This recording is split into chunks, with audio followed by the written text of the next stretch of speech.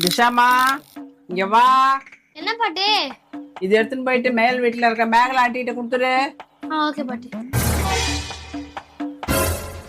Megala aunty தானே, நான் பாத்துக்கிறேன், நீ உள்ள போ. வீட்டு மேகலா. மேகலா வீட்டுல இல்ல, வெளில போயிருக்கான். அவங்க அக்கா தான் வீட்டுல இருக்கான். அப்ப நான் போறேன். பெரியப்பா, மேகலாண்டி கூட வீட்ல இல்ல, எங்க அக்கா கூட வீட்ல இல்ல. மேகலாண்டியோட அம்மா தான் வீட்ல இருக்காங்க. ஏய், என்னடி இது?